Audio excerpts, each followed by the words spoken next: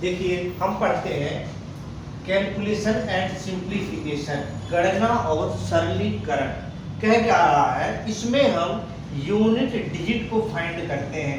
क्या कह रहा है, जब कोई संख्या सामान्य दिया हो, जब कोई संख्या स्क्वायर में दिया हो, तो हम इसे कैसे फाइंड करते हैं, क्या वैल्यू आती है, इसके बारे में हम जानते हैं। देखिए यहाँ लिखा है unit digit of an number. कह रहा कोई एन संख्या है जिसका इकाई एन क्या होगा। देखिए एक होगा 9, 2, 8, 7, 3, 6, 4 और 5 यूनिट डिजिट कह रहा। दूसरा कह रहा है unit digit of N square. अगर कोई संख्या है उसका स्क्वायर हो तो उसका यूनिट डिजिट क्या होगा, 1 हो सकता है, 4 हो सकता है, 9 हो सकता है, 6 हो सकता है और 5 हो सकता है। ये हमारे क्या होंगे, यूनिट डिजिट होंगे। अब देखिए एक चीज कहता है, कोई भी हमारे पास संख्या है, क्या है, कोई संख्या है, कह रहा अगर वो रिपीटिंग वर्ड में होते तो उसके लिए एक सीक्वेंस बनता है। उस सीक्वेंस को कैसे सॉल्व करोगे, उसे स्क्वायर कैसे करोगे, इसके बारे में हम जानेंगे। जैसे यहाँ कह रहा है कोई संख्या है जो 3 है, क्या है, 3 है। अब उसी में कितनी भी संख्याएं हो सकती है जो रिपीटेड हो, होना क्या चाहिए, कंडीशन 3 होना चाहिए। कह रहा है यदि 3 रिपीटिंग हो, कितनी बार, n टाइम। जैसे एक बार हो सकता है, 2 बार हो सकता है, 3 बार हो सकता है, 4 बार, कितनी भी बार हो, 3 होने चाहिए। तो सबसे पहले 3 का वर्ग करते हैं। क्या करेंगे, सबसे पहले उसका स्क्वायर करेंगे। तो 3 का स्क्वायर क्या हो गया, 09। क्या हो गया, 09।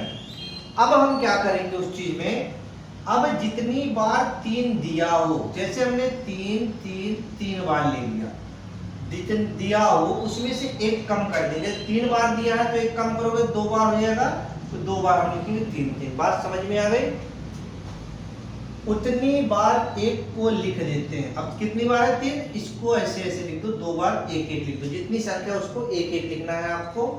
अंत में क्या करेंगे, शून्य लगा देंगे। एक लिखने के बाद क्या लगाओगे, शून्य लगाओगे। जैसे हमने यहाँ लिखा 3, 3, 3, 3, 4 बार लिखा, स्क्वायर करना है।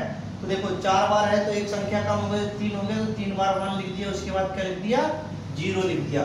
अब हम क्या करेंगे, देखिए उसके बाद जो 3 का वर्ग है, क्या है, जो 3 का वर्ग है, जो 9 आया है, लिखते हैं। और उससे एक कम करके, देखो उससे एक कम करोगे 9 से तो क्या होगा, 8 को जितनी बार एक लिखे हो उतनी ही बार 8 को लिखना। जैसे 8 हमने यहाँ 2 बार लिखा है, 1-2 बार लिखा है, तो 8 भी कितनी बार होगा, 2 बार होगा। अब 8 2 बार हुआ तो उसके बाद फिर लास्ट में हमारा 9 लिखना। जैसे हमने लिखा यहाँ एग्जाम्पल के तौर पे आप ध्यान देना, लिखा हमने क्या है, 3, 3, 3, क्या लिखा है, 3, 3, 3, 3 का स्क्वायर करना है। तो सबसे पहला काम क्या होता है कि जितनी बार 3 दिया हो उससे एक काम बार 1 लिखो। तो कितना बार 4 है, तो 1, 2, 3, इसके बाद क्या लिखोगे, 0। जितनी बार 1 लिखे हो उतनी ही बार क्या लिखोगे, 8 लिखोगे। और लास्ट में क्या लिख दोगे, 9। तो ये इसका क्या होगा, स्क्वायर होगा। क्या होगा, स्क्वायर। अगला अगर हम बात करें 3, 3, 3 का, तो क्या होगा, देखिए तो हम लिखेंगे 1, 1 हो गया, उसके बाद लिखेंगे 0, यहाँ लिखेंगे 8, 8 यहाँ लिखेंगे 9। ये हो गया इसका आंसर। तो ये देखिए आपको कितना आसानी से आपने इसे सॉल्व कर लिया। तो ये हो गया इसका आंसर। कोई भी संख्या दिया हो इसको आप आसानी से कैलकुलेट कर सकते हो। दूसरा एक तरीका हमने बता रखा है, दूसरा नियम क्या होता है, देखिए जो हमारे पास दिया है 1 1 के फॉर्म में, हमसे जो हमने 1 आपको बना रखा उसके बारे में देखेंगे। देखिए हम क्या करेंगे, 3 से मल्टीप्लाई करते हैं, अगर 3 × 1 1 1 1, तो यही संख्या बन के आएगा।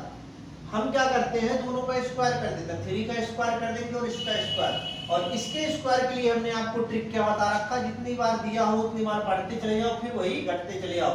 4 बार दिया है तो 1 2 3 4, 3 2 1, ये हो गया।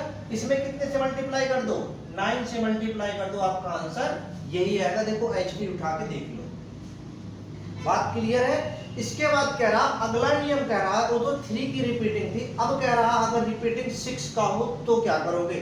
सेम देखो, अब डायरेक्ट इस तरीके से भी आप लगा सकते हो, ऐसे लगाओगे तो क्या होगा, क्या करना आपको 6 लिख देना, 6 का स्क्वायर कर दो। यहाँ पे कितनी बार लिखना है, जितना भी दिया हो उतनी बार लिख दो। तो मान लो हमारे पास 2 या 3 बार ले लिया, तो इसका स्क्वायर कर दोगे, देखो 1 2 1 1 2 3 और 2 1 हो जाएगा। इसमें कितने से मल्टीप्लाई करें? 36 से। तो जो आएगा वो आपका आंसर हो जाएगा। तो यहाँ हम क्या कह रहे हैं, यदि 6 के रिपीटिंग में n टाइम्स हो तो शुरू में जितनी बार 6 है उससे एक कम, जितनी बार 6 है उससे एक कम क्या लिखते हैं हम? 4 लिखते हैं। उसके बाद क्या करेंगे? 3 लिखते हैं। 4 के बाद क्या लिखोगे? फिर 3 लिखते हैं। फिर जितनी बार 4 लिखा था उतनी ही बार हम क्या लिखेंगे? 5 को लिखेंगे। अंत में क्या है? 6 लिख देंगे। क्या लिखेंगे? जो संख्या से हमारा दिया था वही लिख देंगे। तो वो हमारा क्या होगा? आंसर होगा। जैसे हमने यहां लिख रखा, देखिए 6 6 कितनी बार है? 2 बार। एक कम करो, एक कम का मतलब एक बार हो गया। तो एक बार क्या लिखोगे? 4। 4 के बाद क्या लिखना है? 3 लिखना है। 3 के बाद हमारा क्या है? जितनी बार 4 लिखे उतनी बार क्या लिखोगे? 5। और लास्ट वाली संख्या वही उतार दो। तो ये हमारा क्या होगा? रिजल्ट है, ये आंसर हो जाएगा। देखो दूसरा नियम क्या है? एक इस तरीके से लगा सकते हैं जैसे इसको हमने लगाया। हम क्या करेंगे? 66 का स्क्वायर है तो 6 का स्क्वायर और 11 का स्क्वायर, तो यहाँ कितना होगा? 36। यहाँ क्या हो गया? 1 2 1। तो अगर हम इसे लिखेंगे तो यही आंसर आएगा। अगला कह रहा हमने उसको ना लेके हमने एक दूसरा एग्जांपल लिया 6 6 6 6 6 कितनी बार? 5 बार। तो हम क्या करेंगे? सबसे पहले इसका स्क्वायर करेंगे फिर इसका स्क्वायर करेंगे। अब ये कितनी बार है? 5 बार है। तो क्या करोगे? 1 2 3 4 5 4 3 2 1। इसका मल्टीप्लाई किसमें करोगे? 36 में। तो मल्टीप्लाई करोगे तो रिजल्ट क्या आएगा हमारा? 4 4 4 4 3 5 5 5 6। देखो हमने यहाँ क्या बता रखा कि जितनी बार 6 दिया होगा उससे एक कम करके 4 लिखोगे। कितनी बार दिया है? 5 बार। तो 4 बार देखो यहाँ 4 लिखा है। उसके बाद क्या लिखते हो? 3 लिखते हो। जितनी बार 4 लिखे उतनी बार क्या लिखोगे? 5। और लास्ट में क्या चिपका दोगे? 6। ये आपका क्या होगा? रिजल्ट होगा।